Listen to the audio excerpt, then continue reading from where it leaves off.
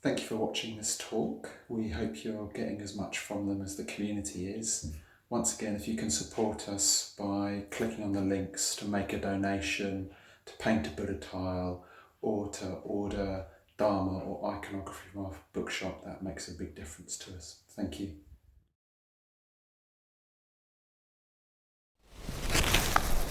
Sisters and brothers in the Dhamma, Namo Buddhaya, Jai Bhim. So welcome everybody who's watching this, who's listening to this, to the Padmavajra Shrine Room for our weekly day retreat.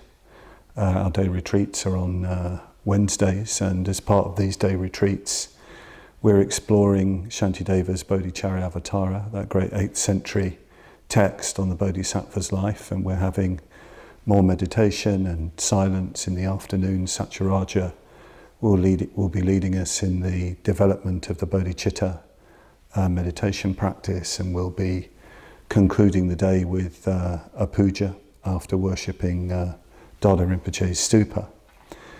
I particularly want to dedicate this, I'm dedicating this series of talks to Bhante, to Urgyen Sangharakshita. I'm offering them in honour of my teacher, but today's talk I also want to dedicate to Dr. Ambedkar and to all of our Dharmacharis and Dharmacharinis and Mitras and Sahayaks and friends in India, in our Triratna community in India, because yesterday was Dr. Ambedkar Jayanti. It was Dr. Ambedkar Jayanti. So that's 14th of April was the day on which Dr. Ambedkar was born, and every year there is a huge celebration of that, really rejoicing and celebrating Dr. Ambedkar's birth, and of course his massive, inconceivably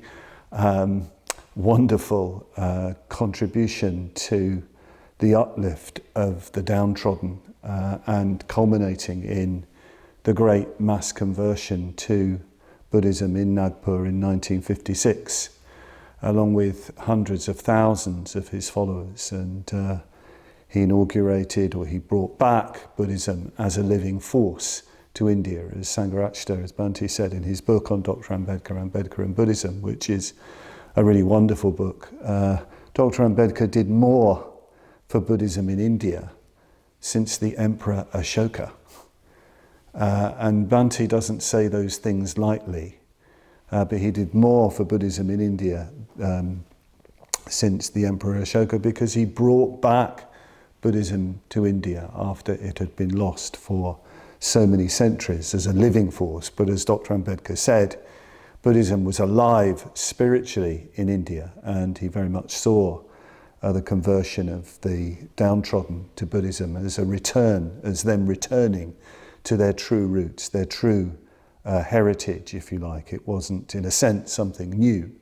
It was the returning to what was originally theirs, but new in the sense of bringing about a revolution, a Dhamma revolution in India. So we, for one reason or another, we couldn't celebrate properly Dr. Ambedkar's birthday yesterday, although I did look at YouTube and saw the different things going online by our Buddhist friends in India, and I'd like to salute you for that, and thank you for what you were doing in India to celebrate Dr. Ambedkar.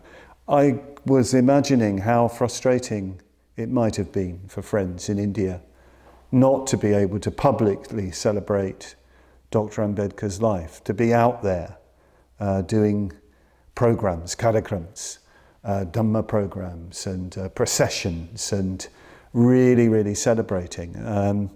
I was really feeling for you, because I've celebrated many Dr. Ambedkar Jayantis when I lived in India many years ago now. Particularly I remember Ambedkar Jayantis in Mumbai and Nagpur. Massive celebrations from very early in the morning till very late at night, and sometimes, so I feel it's okay to mark Dr. Ambedkar's Jayanti today, because sometimes, because we couldn't do all the programs that we were asked to do on the 14th of April, they carried on to the 15th of April. So I'd often be giving talks over several days around the time of Dr. Ambedkar's Jayanti, and there's a tremendous atmosphere. Dr. Ambedkar in India, among Buddhists, is described as a bodhisattva. If you go to a Dr. Ambedkar program of any kind, you often get the chant, Bodhisattva Dr. Babasaheb Ambedkar Ansa, and everybody replies, Vijayaso, let's do this now. So you've all got to say after me, Vijayaso, really loudly. This is for our brothers and sisters in India. Bodhisattva Dr. Babasaheb Ambedkar Ansa. Vijayaso. May he conquer. May the Bodhisattva conquer. So this is really, really important. That wasn't bad the way you said that. It could be much louder, but we'll leave it there.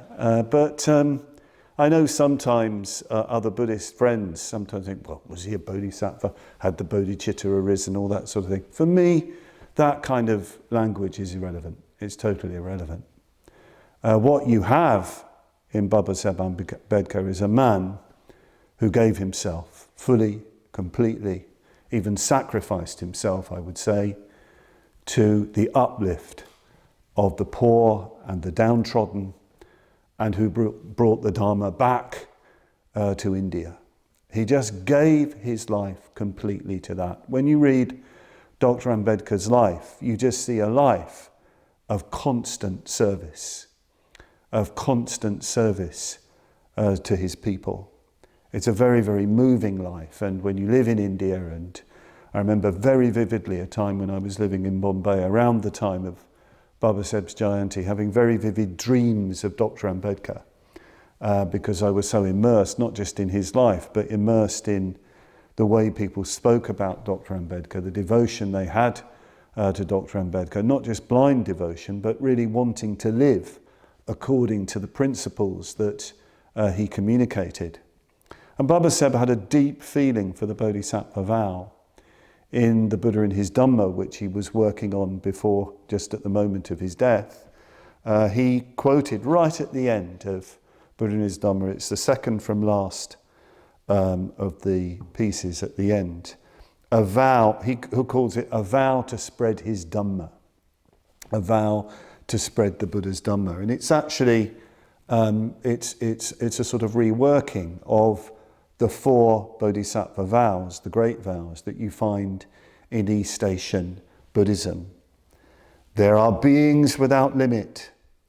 Let us take the vow to carry them all across to the other shore. There are depravities in us without number. Let us take the vow to extinguish them all. There are truths without end. Let us take the vow to comprehend them all. There is the way of Buddha without comparison. Let us take the vow to accomplish it perfectly. So there, right at the end of his magnum opus, you have the 4 great Bodhisattva vows, and he had a deep feeling for the Bodhisattva ideal, Babasaheb, and one of his first, I think even his first Buddhist publications was a Buddhist puja book, where he gave the mantra Om Mani Padme Hum, the mantra of the great Bodhisattva, Avalokiteshvara, the Mahakarunaka, the greatly compassionate one. And he used to recite that mantra apparently regularly. And he's told one of the people who was one of his assistants that it was chanting Om Mani Padme Hum that was keeping him alive for the great work of conversion, because towards the end Dr. Ambedkar was a very, very sick man indeed. In 1917, Dr. Ambedkar was in the princely state of Baroda, which is now Vadodara in Gujarat state in Western India. He was 26 years old, and he'd gone to Baroda to work in the service of the Maharaja of Baroda, who was a very progressive king, very progressive Maharaja, who'd sponsored Dr. Ambedkar for his studies in Britain and the United States. And Dr. Ambedkar had returned to Baroda to work in the service of the government. So he's 26, he's one of the most highly qualified men in India, and it's a great shock for him. He'd been treated just as a fellow human being in the West. In his studies, he'd done brilliantly. When he got to Baroda, even though he was one of the most outstanding minds of his generation, he was continued to be treated as an untouchable. Clerks would throw files at him in his office rather than give them to him. He wasn't allowed to take water in the government offices. Even trying to stay anywhere was a problem. He couldn't find lodgings. In fact, he stayed in a Parsi guest house, and the Parsis drove him out with sticks. So even Parsis, the Zoroastrian community, were practicing caste, or they were under the influence of their Hindu brothers and sisters, and treating him as an untouchable. And he decided that he just had to leave the service of the Maharaja of Baroda and make his own way. And he went to a park in Baroda to wait for his train. And he felt terrible. He describes this in a set of autobiographical writings called Waiting for a Visa. The waiting for a visa is a visa to his own country. It's not a real visa. He's using the language poetically. And he said he just was sitting there weeping, his mind blank, wondering what on earth he was going to do with his life. This highly educated, brilliant man, a stranger, a foreigner, an untouchable in his own country, wanting to serve the country. And as he sat there thinking, he thought of his father, he thought of his family, he thought of his mother, he thought of his brothers and sisters, and he thought of all of the untouchables, that's the word he uses, in India, and the suffering they were undergoing, like him, on a regular basis, on a daily basis. And he took a great resolve at that time that he was going to work for their uplift. It's called Dr Ambedkar's Babasaheb's Mahasankalpa.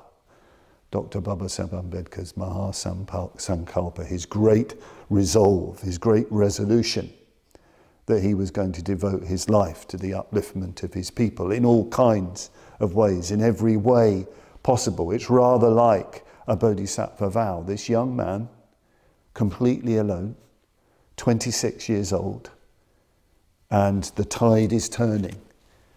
He's turning fully towards being completely wedded with, if you like, the destiny of the Dalit people, untouchable people. So he made this great resolution, which in the end culminates in the great mass conversion in 1956 to the Dharma, to Buddhism.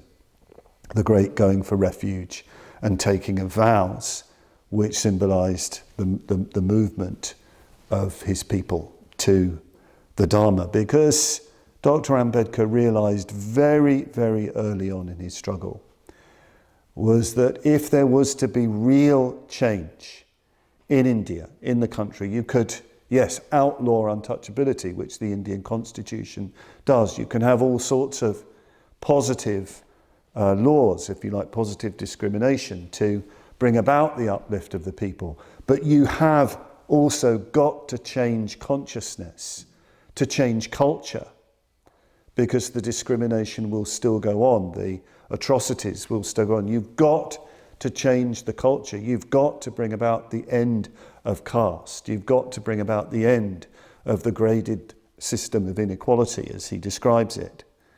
And that means a religious conversion, a turning about in the deepest seat of consciousness. And he saw that Buddhism was the most liberated of all religions, for all sorts of reasons, which he goes into, but not least because it is concerned with the individual working with the community, taking full responsibility for their lives, for its life. He said at the great mass conversion, in the great conversion speech, "I feel liberated from hell through this conversion. I feel liberated from hell." That's the way he felt about it. And this was a man of great qualifications, great standing. He could have lived any life he wanted to live. But leaving the hell of caste and going into what he called the atmosphere of liberation of the Buddha's Dhamma, there was the liberation, there was the culmination of his work, and he urged his people to work for the Dhamma from then on. It's a very inspiring life, a very wonderful life. And yes, so that's why I fully subscribe to the view that Dr Ambedkar is a great Bodhisattva who really lived for others in the most practical of ways. So I'm offering this talk to Dr. Babasaheb Ambedkar. I'm offering this talk to my brothers and sisters in India, to my friends in India. I mentioned their vows, the Bodhisattva vows, and that's going to be the concern of our talk today in our exploration of Shantideva's Bodhicaryavatara. We're coming to the Bodhisattva vow, the Pranidhi Chitta, the Bodhisattva vows. So the last talk we talked a lot about, we explored a lot about worship, to do with worship, to do with puja. You remember those incredible offerings that Shantideva makes, very, very lavish and sensual offerings. I think one of the points I didn't make last week was that sometimes reading Buddhist texts, you can have this idea that the senses, in a sense, don't have a place.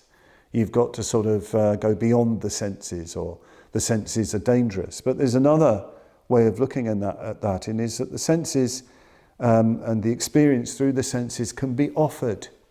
All the most beautiful things in existence are offered up and put at the service of the Buddhas, the Bodhisattvas, of the Dharma and the Sangha. Before this talk, I was walking in our beautiful garden in the silence with all the trees in blossom, in this sort of paradise that we're living in at the moment at Padmavajra, although very aware of the great shadow of the coronavirus and how it's affecting everybody throughout the world, and hearing stories about that. Nonetheless, we are in very, very beautiful conditions. Well, all of this is offered. All of this is offered up to the crystallizations, as it were, of the Bodhicitta, of the heart of wisdom, of compassion, the Buddhas and the Bodhisattvas. So yes, all this beauty, we take along the path with us, as it were. We offer it up to the Buddhas and Bodhisattvas and to the work of the Bodhisattva. So this is the way puja begins. This is the way the Sevenfold puja begins. It's this mood of worship. Sangharakshita Bhante talks about the Sevenfold puja brilliantly as a sequence of 7 devotional moods which bring about the arising of the Bodhicitta. He really believes that. He says if you do the Sevenfold puja enough, and if you do it deeply enough, and if you meditatively enter the different moods that are being evoked, well, that will, as it were, attract the Bodhicitta. So first of all, there's worship. There's this tremendous emotional involvement in the beauty of the Buddhas and Bodhisattvas. And then there's vandana, saluting, prostrating, bowing down, realizing the vast gulf between you and the Bodhisattvas and the Buddhas and the Bodhisattvas. You really feel that in the vandana section. Nonetheless, you go for refuge. You still want to go on the great journey of moving in the direction of enlightenment. You want to follow the path to that enlightenment with the great disciples and with the Bodhisattvas. So you go for refuge, you make that pledge, that commitment, and then you enter the mood of confession. We talked quite a lot about that last week, the mood of confession. We looked at Shantideva's very intense confession, very sober confession. This letting go of, this pointing out and revealing all of those dark things in the way of living fully in accordance with the Bodhicitta. Chapter 3, which is where we're going to begin today, is Bodhicitta Parigraha. We've got this word Graha, again, taking hold of.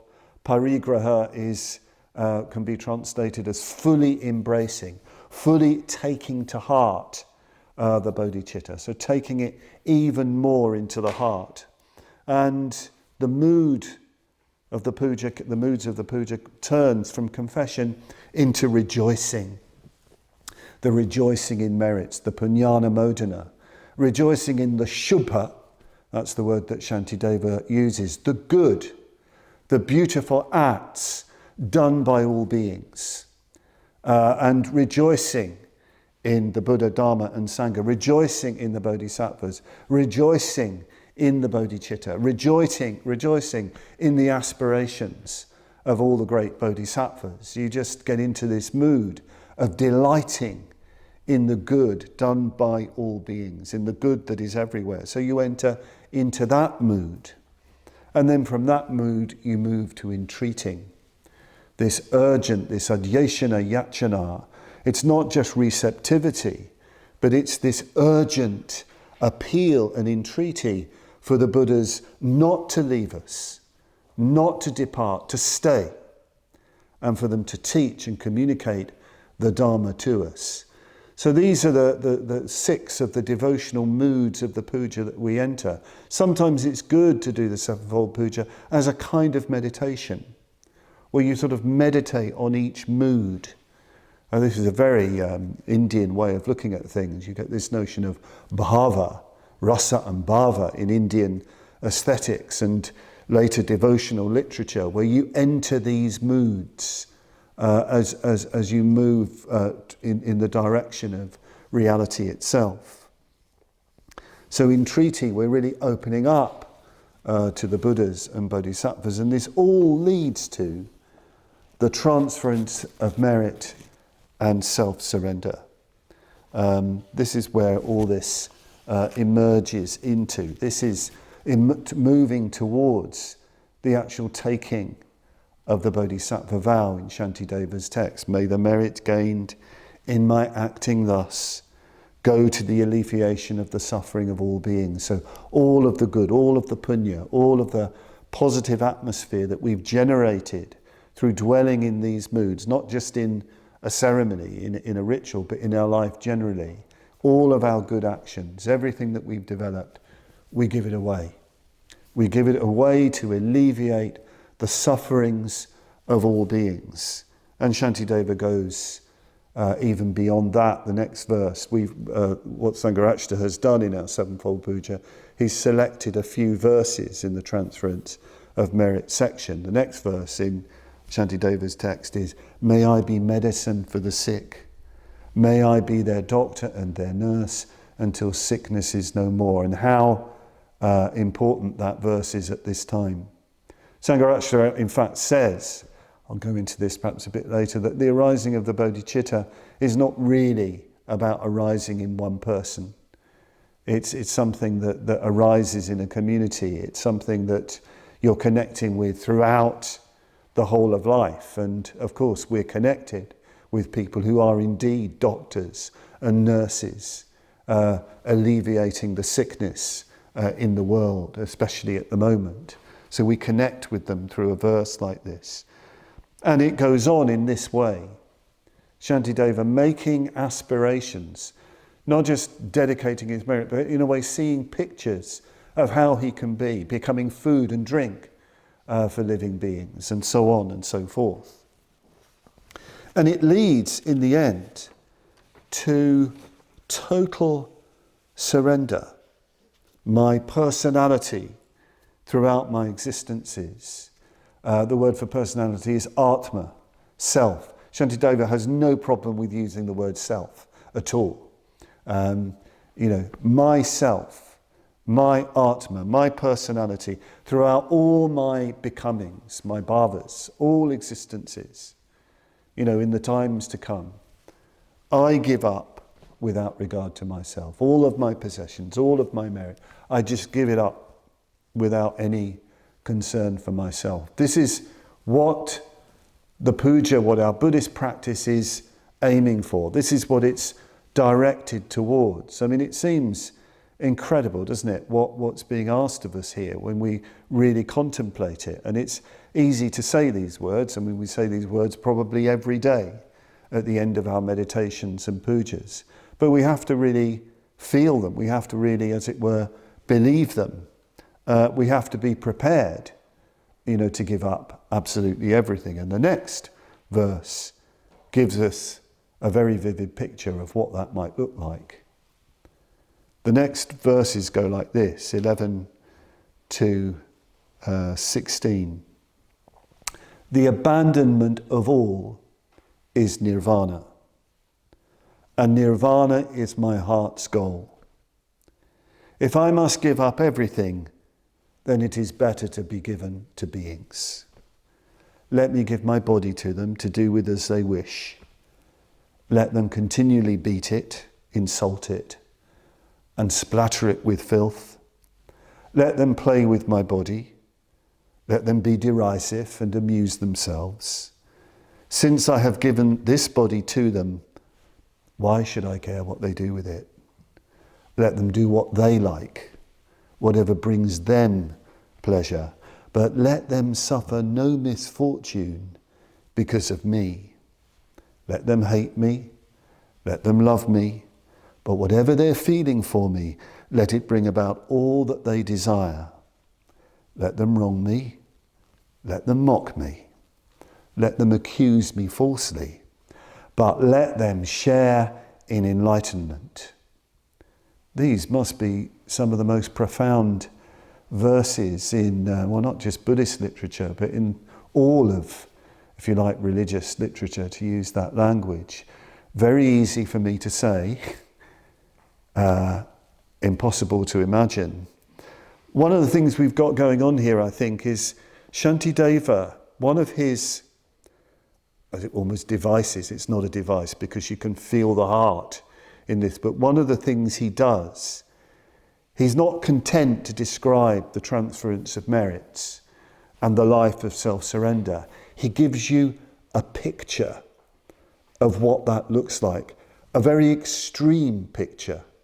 He does this a lot in the Bodhicaryavatara. He creates these almost extreme, vivid pictures of what it looks like to be selfless. He's very, very good like that. It's very easy when you study a text like this to think, oh, well, this is just rhetoric. He's just making a point really strongly. But no, what he's doing, he's saying, this is what selflessness could look like. This might need to happen. He's also making another point right at the beginning. The abandonment of all is nirvana, and nirvana is my heart's goal. The word for abandonment is sarva tyaga, parityaga. Tyaga is the word for renunciation. So this is what nirvana actually is. Nirvana is indeed the abandoning, the renouncing, the surrendering of absolutely everything. This is a very traditional way of looking at it. Nirvana is total renunciation. All Buddhist schools would agree with this. If you're seriously interested in attaining nirvana, that means the total abandoning of your conditioned self and everything that goes with it. That's what nirvana is. There's a wonderful kind of passage in Bhante's lecture, Enlightenment as Experience and as Non-Experience, where he does this critique of the language of experience and pointing out how the language of experience is highly problematic and doesn't really correspond to anything in traditional Buddhist literature, fascinating in itself. But he says, you could say nirvana is the experience to end all experiences. That rather reminded me of this business of nirvana is the abandoning, the renunciation of everything. Nirvana is the experience to end all experiences, because experience is operating within the conditioned subject-object framework, while nirvana is right out and beyond all that. But just in case you're concerned of that might open up nihilism, when he talks about what does enlightenment as non-experience, what's the language that's used to describe enlightenment as a non-experience? What does he do? He quotes the Dhammapada, Nirvanam paramang sukham. Nirvana is the supreme bliss. There's no mention of the word experience in that. It's not that in Nirvana you experience bliss. Nirvana is the supreme bliss, but a bliss beyond subject and object, beyond self and other framework. So Nirvana is the renunciation of everything. And Nirvana is my heart's goal, says Shantideva. The word goal is artha, which means goal, meaning. The whole meaning of my life, the whole meaning of my heart's life is realizing nirvana, realizing enlightenment, attaining, to use that language, enlightenment. But it's the abandoning of all. And if I'm to abandon everything, better that I give it to beings. My whole life and everything that goes with it, better that it's given to beings. You could even say, there is no abandoning unless there is a giving away. It's very easy to talk about how non-attached we are and, I don't need this and I don't need that. But what about when it's still sort of available to you? But if you give it away, it's gone. The other has it. It's not yours anymore. So better, if I'm to abandon everything, better to give it beings means it's the only way to abandon. In other words, there is only a Dhamma life for others, with others. There's no other kind of Dhamma life. If you're not giving away, perhaps you're not giving up. Maybe this is something to really think about. We can kid ourselves that we're non-attached when we're not really. We need to be thinking in terms of giving away rather than giving up. It's very interesting in this. I was looking in in a text yesterday, an 8-session mind training text by the great Drumtunpa, the great disciple of Atisha, and he talks about mind training in terms of the elements, and he describes a kind of element meditation, a bit like our 6-element meditation, where the elements aren't just given up and let go of. You imagine giving them away. You can see what he's doing. He's turning the transference of merits and self-surrender section from Shantideva's text into a visualization. That all of the elements that make up his body, the earth, the water, the fire, the air, they're imagined as being given away as food and drink and everything else to living beings. They're gone and given. You have this practice, which is sort of popular among some people, the the cutting off practice, where you imagine your body chopped up and given to all sorts of demons. This is called the Kusali's offering. Kusali meaning a beggar. It's really only a practice if you've already given everything up. It's not really a practice, I think, to do in your bedroom or something like that, although people do that. It's really the Bodhisattva's practice of giving away, being willing to give away everything. These exercises, these meditations are there to turn us into Bodhisattvas. You're giving up, you're giving away. Abandoning, and Nirvana is the abandoning of self and giving away to others. This is something that that Bhante's talked about so often. Just to reference the seminar on the bitendential value of being, where he really goes into that Dharma life is about giving up and giving away. You're not doing it for yourself. Doesn't mean that you exclude yourself. It doesn't mean that you don't pay attention to your genuine needs because you're one of the living beings, but you're thinking much more in terms of giving away and giving up. And as I say, Shantideva does this thing of creating a scenario, a very extreme scenario of giving up my body to beings so that they can do anything with it. Anything with it. He talks about being accused falsely of being wronged and being mocked, of being beaten, of being covered in filth. This isn't masochism. This is very, very important to understand. It's not sort of, you can imagine doing this in a very egotistical kind of way to draw attention to yourself. That's not what he's getting at. What he's trying to show is that this might happen. That's the way I read it. You might get into situations, where you're very, very deeply, as it were, challenged.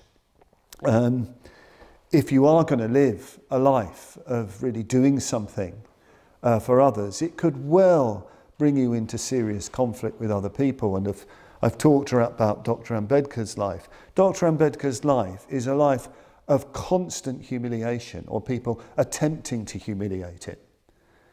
Constant opposition, from all of the forces in Indian society. And he never gives up. He never gives up his service. It doesn't matter about the insults, the threats to his people. He carries on with the work of uplift. If you like, perhaps it's better to think, when we think of this, it's not that one's retreating into a sort of a sub-self, as it were, and rubbing yourself out in that masochistic, nihilistic way.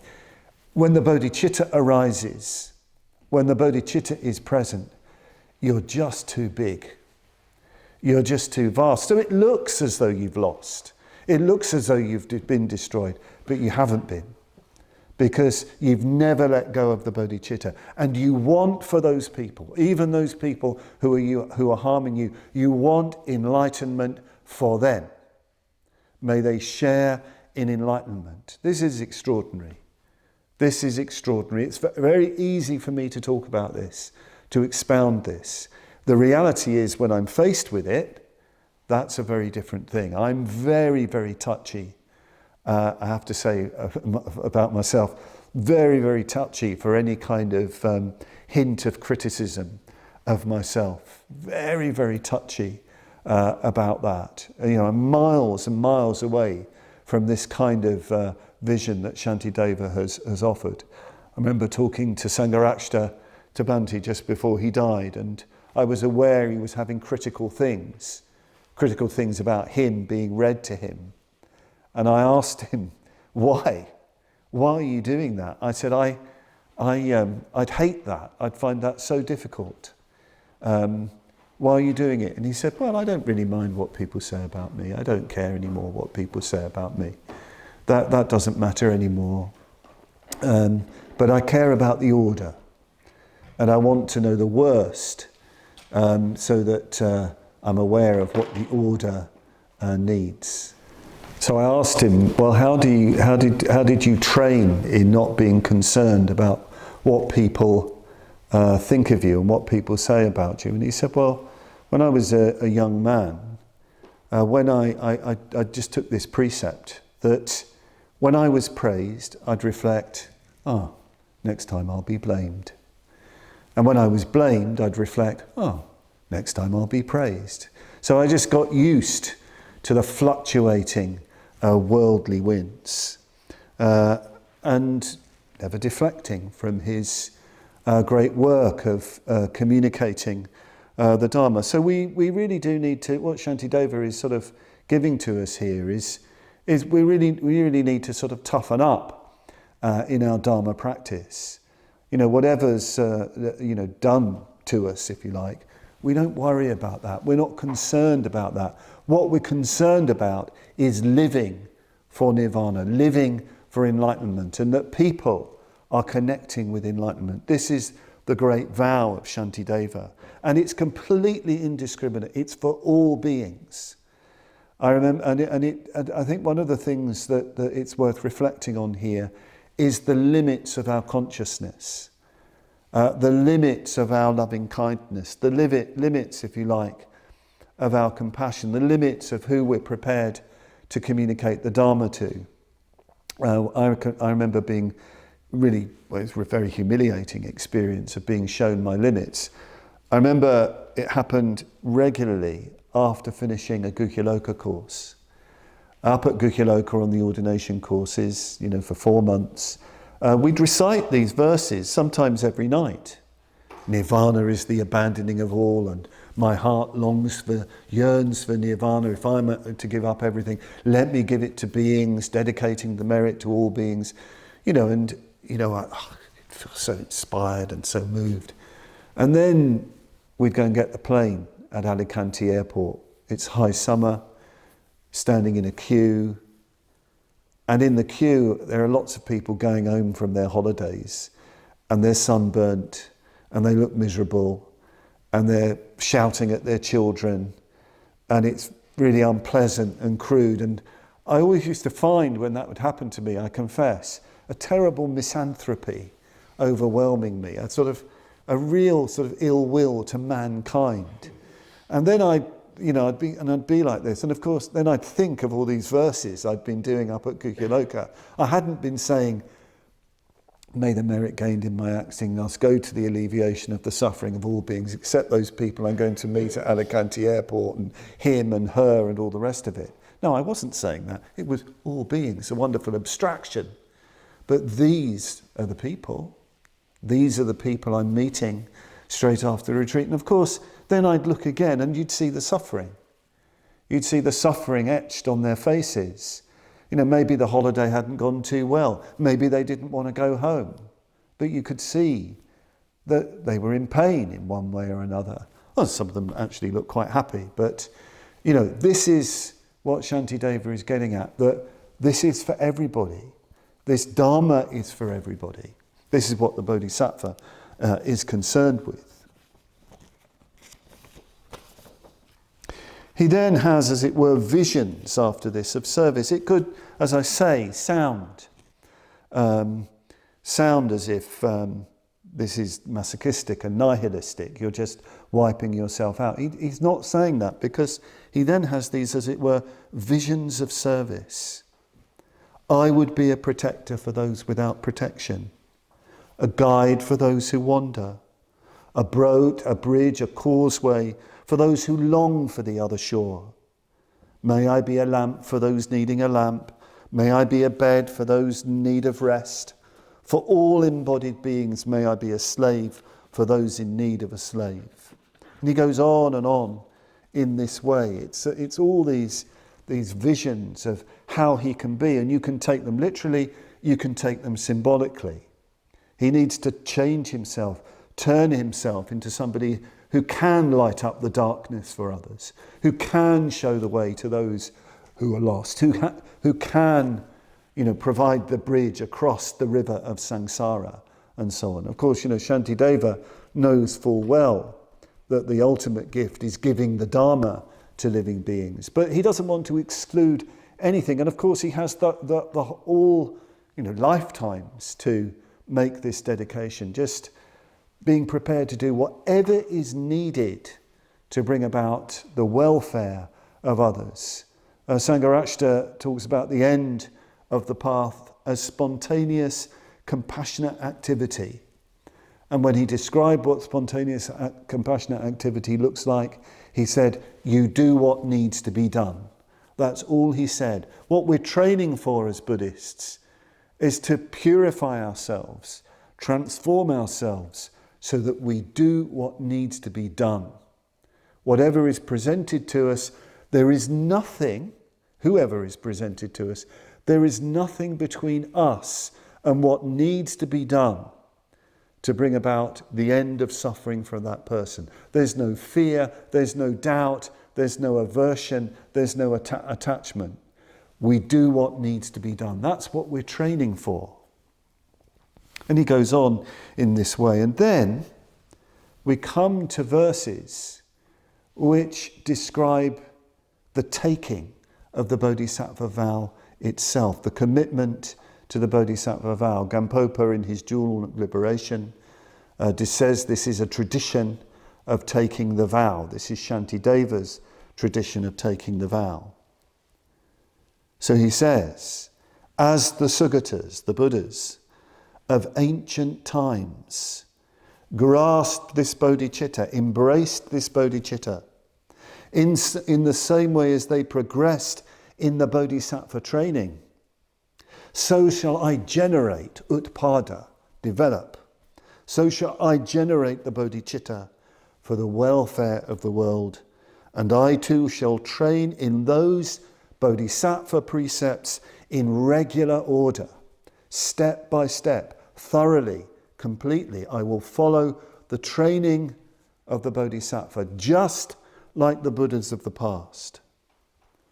The wise one who seizes that bodhicitta with serene faith, serene confidence, should continue to encourage his resolve so that the bodhicitta will grow and thrive in this way. And then you get these wonderful verses. Today, my birth has borne fruit, and my human life is well obtained.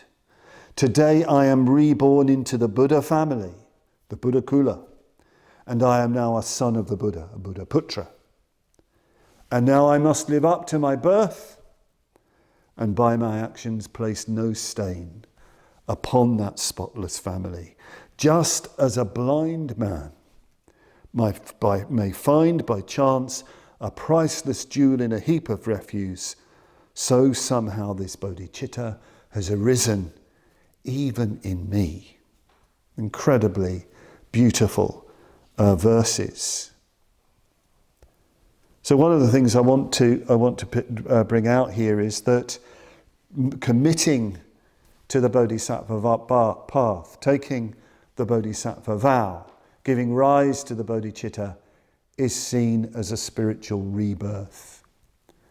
We are reborn now, a son of the Buddha. We're in a different family now. And of course, this is reflected very strongly in our own ordination ceremony, that when we're ordained, we go for refuge and we are given a Dhamma name, a Dharma name. And that indicates, well, we've entered a different family now, the Dhamma family now. And this way of thinking, of committing to the Dharma life in these terms, pledging to live the Dharma life, this great change in our lives, it goes right back to the earliest traditions of Buddhism.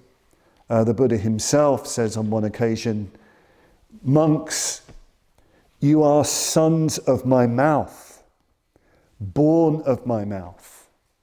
Amazing expression, sons of my mouth, born of my mouth. In other words, born of the Dhamma. You are heirs of the Dhamma, not heirs of worldly things. Really making it clear, look, there's going to be a big difference now. Life is not the same anymore. This is a new life. This is a Dhamma life, not a worldly life. We have the whole teaching in where the Buddha likens the Dhamma to the great and mighty ocean, where he says that just as the rivers of India, the Ganges, the Yamuna, the Sarasvati, and so on, just as they flow into the great ocean and lose their names, Ganges and so on, in the same way, when people from the four castes enter my order, they lose their caste names, and they are known now simply as sons of the Sakyan. In other words, sons and indeed daughters of the Buddha. You're no longer associated with any caste identity. You are a Dhamma farer, living that life. Caste, those kinds of distinctions do not obtain anymore. All that has gone. And we find this reflected as well, strongly asserted in Dr Ambedkar's 22 great vows, which he gave at the time of the great mass conversion, after giving the refuges and precepts. He gave these vows to sort of really guarantee the purity of the conversion, the purity of the going for refuge. They involve the complete renunciation of Hindu practices and pure following of the Buddha's Dhamma. But towards the end, I think the last vow goes something like, I believe by adopting Buddhism, I am having a rebirth. I believe by adopting Buddhism, I am having a rebirth. You can imagine how powerful that is. How powerful that is for people who've been treated as untouchable. You know, that they've been defined since birth as outcast, as impure for no other reason but just for the family they've been born into. But not now. I believe by adopting Buddhism, I am having a rebirth. I'm a Buddhist now. I'm a son, a daughter of the Buddha. This is a new life. And there's tremendous freedom with that. I remember talking to Buddhists who in India, Indian Buddhist friends of mine who were there at the time of the Great Conversion, who were around. I said, well, what was it like? And they said two things. First of all, they said, well, actually, it made our life a bit difficult at first because we were boycotted in our village. Hindu traders would not serve us. We had to go miles and miles to get our food because how dare we become Buddhist? How dare we take charge of our life? I said, but that must have been so difficult. And they said, well, yes, but in a way, no, because we felt so free. We felt liberated because of what we'd done, because of Baba Saheb. Our lives were our own, even though there was still all this hardship. And of course, with Buddhist friends in India, there's a great pride in a positive sense of being a Buddhist, being a son, a daughter of the Buddha, a healthy human pride. And of course, this comes out in Shantideva's texts. Today my birth has borne fruit, and my human life is well obtained. Today I am reborn into the Buddha family, and I am now a son of the Buddha. A son of the Buddha. So tremendous positive pride, a sense of lineage, the lineage of Bodhichitta, the lineage of this force of wisdom and compassion in the world. That's what Shantideva is identifying with. That's what we identify with when we go for refuge. That's what we identify with when the Bodhicitta arises. And a very, very positive sense of pride. I think this is a sort of area, in a way, that Buddhists in the West can be a bit nervous about. You know, almost a bit apologetic about their Buddhism, and you don't want to be triumphalist. That's not what we're talking about here. We're talking about dignity and self-respect. In his conversion speech, Dr Ambedkar said, those who wish to come under the refuge of the Buddha, to go for refuge to the Buddha, must do so after counting the cost, because it is a religion very, very difficult to practice. He said, we have founded this, we've made this movement of conversion for dignity and self-respect. What he was addressing was people even in his own community who didn't want there to be the conversion because of the loss of material comfort. And addressing them, Dr Ambedkar, you get told a whole story about, prostitutes in the red light district in Bombay, calling out, oh, Suleiman, bring keema, bring roti, bring chai, getting up late in the morning and, living on lamb curry, minced lamb curry and chapatis and sweet tea. My impression is that he's comparing his followers who wanted material comfort to just selling themselves. And he said, but our women are not like that. Our women are content to eat bakri and shengdana chutney. Bakri is a kind of country chapati made of millet flour, and shengdana chutney is ground peanut with a bit of spice in it. Just that, very, very simple food. He said, our struggle is for dignity and self-respect, not for material gain. Extraordinary. Dr Ambedkar could be like this in his speech. It's very, very pungent Marathi, very, very powerful, really getting into the hearts of people, which people loved and appreciated, so deeply. Well, it's true for us. Our struggle in Dhamma life is for dignity and self-respect. So we don't give in, to our negative emotions. We don't give in to our defilements. We don't give in to our small-mindedness. We don't give in to our meanness.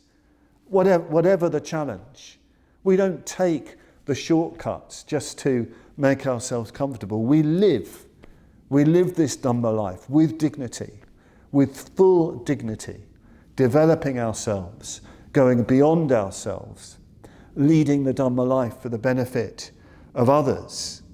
That's the way we live this life. This is Buddha pride, pride in our lineage. You know, we talk about spiritual rebirth in our movement, spiritual death and rebirth, but you have to be reborn from something. You're not just reborn out of nothing. You're reborn from the blessing of the Buddhas. You're in a new lineage now. I remember Mr. Chen talking about this practice in Vajrayana tradition of Buddha pride, Vajra pride, the pride of identifying with the deity. And he explained it very, very well, what it really means. He said, supposing your meditation practice is Avalokiteshvara, the Bodhisattva of great compassion, you're identifying with the greatly compassionate one. Supposing then you're walking along and you have a mean thought, an ungenerous thought, you immediately think, oh, I'm Avalokiteshvara. I'm not supposed to do that. Mr. Chen explained things very beautifully, very simply. And in that way, you get rid of that mean thought by identifying with the positive, identifying with, in this case, great compassion. And then there is incredible gratitude and thankfulness in Shantideva's text. After expressing all the pride of living up to this great tradition, really wanting to live from it fully, he says, just as a blind man may find by chance a priceless jewel in a heap of refuse, so somehow this bodhicitta has arisen even in me. Even in me. It's not that Shantideva is sort of doing himself down here, or perhaps he is. I get the impression that he was a man who was so absorbed in his Buddhist practice, so absorbed in it, he was forgetting all about any kind of attainment. As far as he was concerned, he was just concentrating on what he needed to do, to change, to transform, very aware of his shortcomings, and just fully absorbed. So there's this sense of something miraculous in the presence of the bodhicitta, in the presence of this force of wisdom and compassion which has somehow come into his life. He is like refuse, he is like rubbish, just cast aside, on the roadside. And yet there is a jewel, this magnificent jewel of bodhicitta that he's found. It's miraculous. Bhante, in his exploration of the Bodhicaryavatara, goes into this a bit. If I can find the passage. I wanted to find this passage.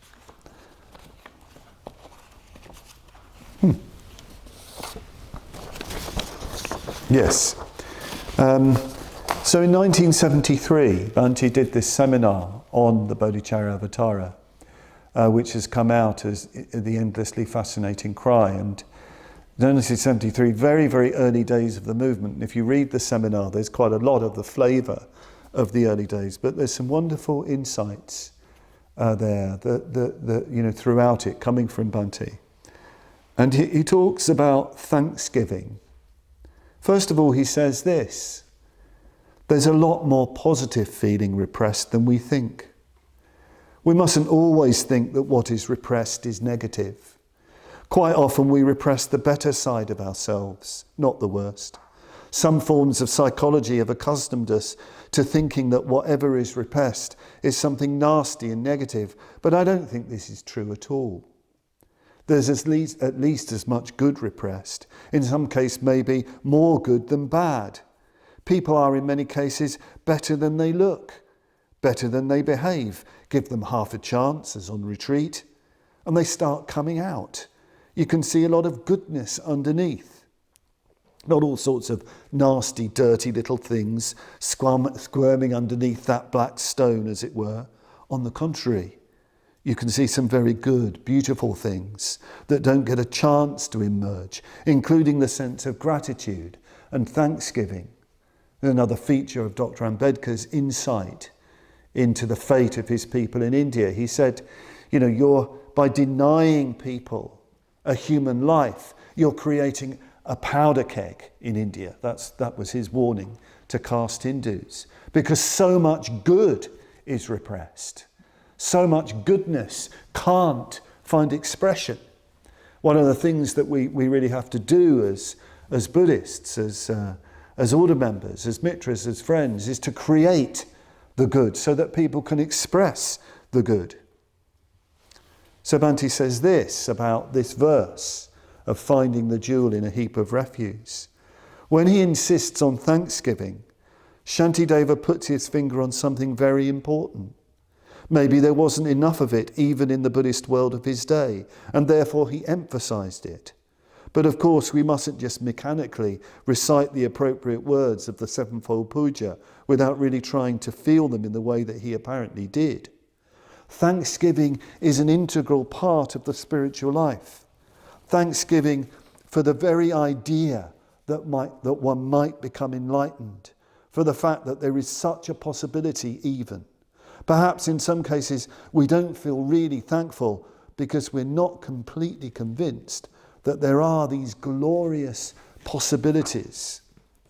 And it's a very beautiful way of describing it. Thanksgiving, not just gratitude, but thanksgiving for the very possibility of enlightenment, the very possibility of the Bodhicitta. So often we can emphasize the negative. So often there's this pervading cynicism, in the world. But we need greater and greater thanksgiving in relation to the good, and greater thanksgiving in our lives that we have the possibility of living from and for the Bodhicitta. In the remaining verses of this section, and I must start bringing my talk to an end,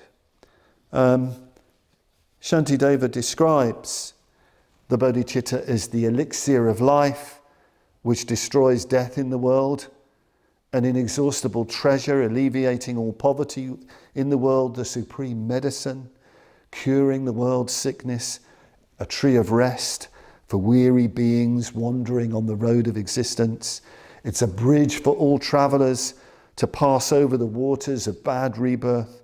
It's the heart's waxing moon, cooling the heat of the fever of the defilements. It is a great sun, dispelling the darkness of the world's ignorance. It is fresh butter, churned from the milk of the true Dharma. As I said earlier, his verses describe so many ways in which the Bodhicitta expresses and the way he's going to live for the benefit of beings. And again, in this 1973 seminar, Bhante was already discussing this whole area, opening up this whole area of the Bodhicitta arising in a community rather than being a vow taken by one person. So just listen to this. It's not that someone gets Bodhisattva ordination. It's much more like, in a way, the whole order getting it. How? One doesn't just know it. One just doesn't know at present. But it is certainly much more like that. It might be focused, as it were, in certain individuals, but it really concerns the order, even the movement as a whole. In a way, the movement embodies the Bodhicitta, or at least is an embodiment or manifestation of the Bodhicitta. If there is no Bodhicitta in the movement, then it's just another organization. If there is no Bodhicitta in the movement, then it's just another organization. So that to the extent that there is a sort of Bodhicitta at work in the movement, to that extent it's a real Buddhist movement. A real Buddhist movement. Otherwise not. That's really why we have our Sevenfold puja. The Sevenfold puja is working up towards the Bodhicitta, as is suggested right at the end. If you do the puja often enough and with sufficient sincerity, sooner or later, for all those who do it, the Bodhicitta descends or arises, whatever you like to call it. But I think it's more likely to arise in the case of a number of people working hard together and stimulating and sparking one another off, rather than for the solitary individual, in whose case it may tend to be more like an individual experience in the narrow sense. At the same time, it's not a collective thing in the sense of a product of mass psychology. We don't really have a word for it. It's more a matter of fellowship or a manifestation of spiritual communion. Beautiful words, way, way back in the 1970s. But look at that. We're not really a Buddhist movement unless the Bodhicitta is amongst us, unless the force of wisdom and compassion for the full manifestation of wisdom and compassion is amongst us. Whether we're here at Padmavajra on retreat, whether we're in India working for the Dharma in India, whether we're in the cities, the great cities throughout the world, wherever we may be, we are not a Buddhist order, we are not a Buddhist movement unless the Bodhicitta is powerful among us, surging amongst us. A few final words. The end of this section has two wonderful verses, which I really love. My friends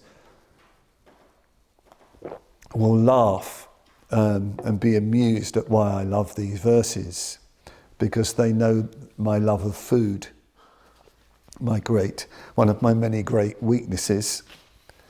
For the caravan of famished beings, wandering the road of existence, hungry for the enjoyment of happiness, this is a feast of happiness, offered as refreshment to all who come. Today, I invite the world to Buddhahood and to all worldly happiness meanwhile, in the presence of all the protectors, all the Buddhas, all the Bodhisattvas. May gods, Titans and all rejoice. I love this.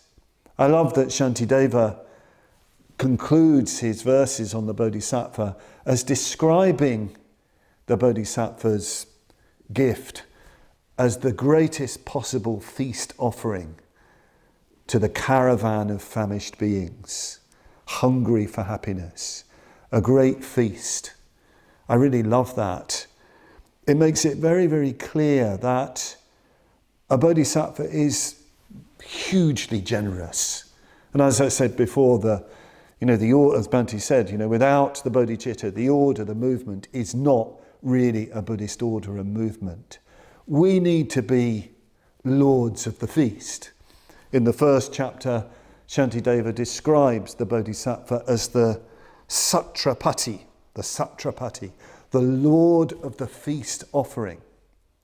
So a Bodhisattva provides a great feast, great abundance for living beings, great abundance, a great feast of Dharma, a great feast of friendship, a great feast of fellowship, a great feast of love, a great feast of care and attention. When people come into our community, when they come to our centres, they should feel that they're being welcomed into a great feast. Buddhists should have this quality of abundance, of wealth.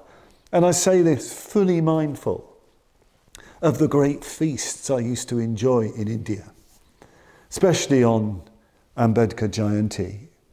On Ambedkar Jayanti, I wouldn't just be given talks, I'd be invited to people's homes and houses. And there'd be this wonderful hospitality. The women of the house, because it was usually the women of the house that would do this, with great pride, I must add, not any sense of servitude, but with great pride. They'd cook all the wonderful Indian delicacies, all the wonderful curries and dals and breads. Maybe it would be puran poli, wonderfully stuffed, chapati stuffed with sweet chickpea flour, chickpea and jaggery, all mashed together, stuffed into a paratha and covered in ghee, and which you dip in warm milk.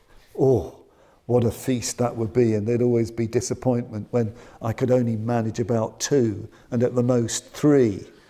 And even that was being greedy. That wasn't very much, according to my friends. But it wasn't just the wonderful food, it was the atmosphere of love, the atmosphere of real welcome and friendship and love, this tremendous sense of a feast, knowing that they also wanted to hear the feast of the Dharma, the feast of the Sangha, that we would be giving later when we do the Dharma talk.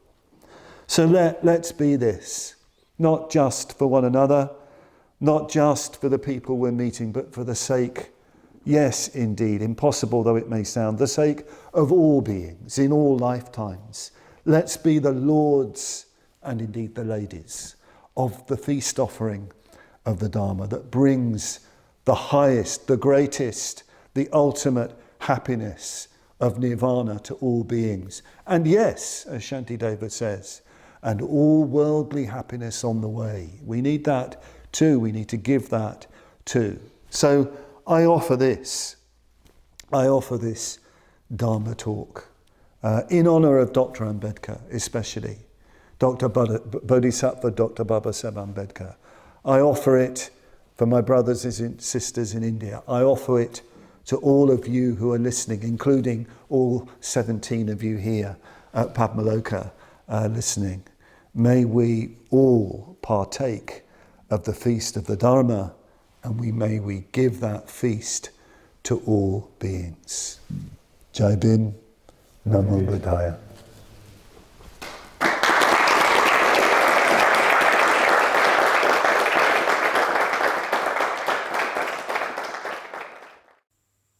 Keep an eye out for the talk next week.